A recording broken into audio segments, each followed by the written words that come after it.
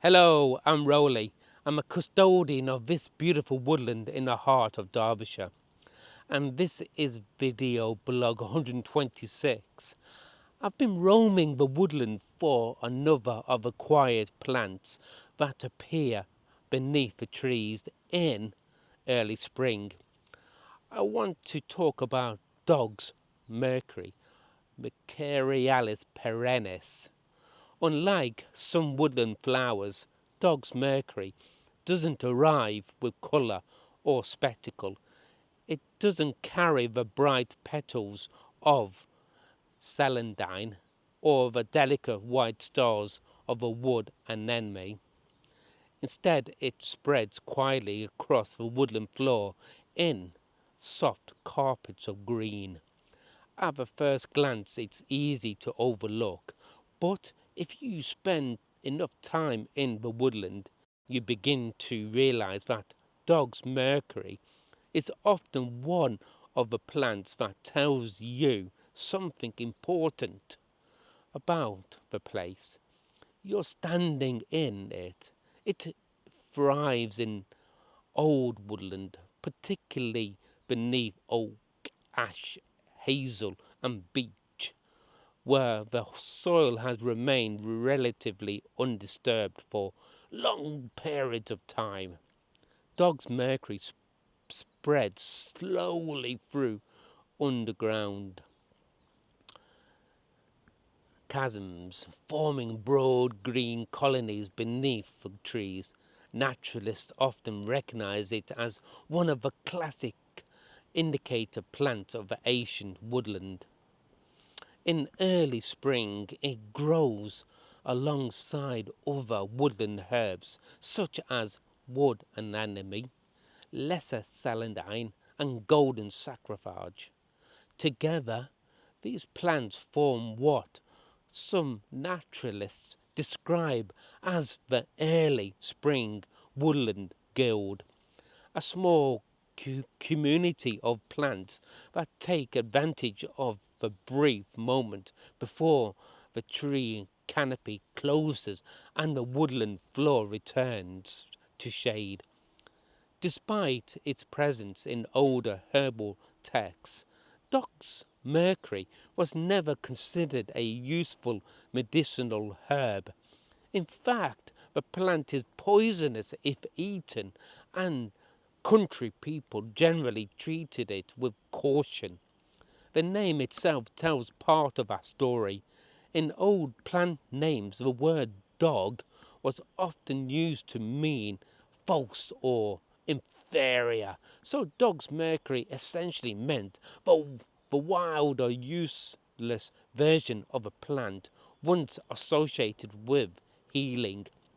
The second part of the name, Mercury, comes from the Roman god associated with knowledge, communication, and sometimes herbal lore.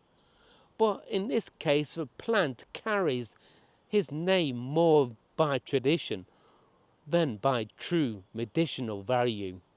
Folklore around Dog's Mercury is quieter than many woodland plants, yet it still holds an interesting place in country knowledge because it spreads in dense carpets and can dominate areas of woodland floor. People sometimes saw it as a plant that claimed its ground.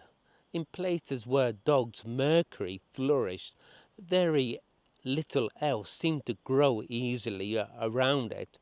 Modern ecology actually supports this observation. The plant releases natural chemicals into the soil that can limit the growth of nearby plants, allowing it to maintain its quiet hold on the woodland floor. But perhaps the most interesting thing about Dog's Mercury is not its folklore or its lack of herbal use. It's what it tells you about time. When you walk through the woodland in early spring and see the green carpet of dog's Mercury rising beneath the trees, you're often looking at a plant community that has been there for a very long time. Not decades, sometimes centuries, just like the wood anemone thereby. It spread slowly, patiently, year after year beneath the shade of the woodland canopy. And when these plants appear together, dog's Mercury, Wood Anemone, Celandine, and a small golden saxifrage beside the streams, they complete a kind of quiet spring assembly on the woodland floor. A reminder that long before we arrived here, the woodland already knew how to wake itself each year. For me, dog's Mercury is one of those plants that asks us to slow down and look more carefully. Because sometimes the plants that speak most softly are the ones that carry the deepest memory of the woodland. I'm not going to say where dog's Mercury is in this woodland because it's a secret. It's here, it's hiding, and it's not in a place where anybody would look. So please go searching for it. And it'd be interesting to know if you found it. So thank you for watching this segment of Custodians of the Woodland. Bye bye for now.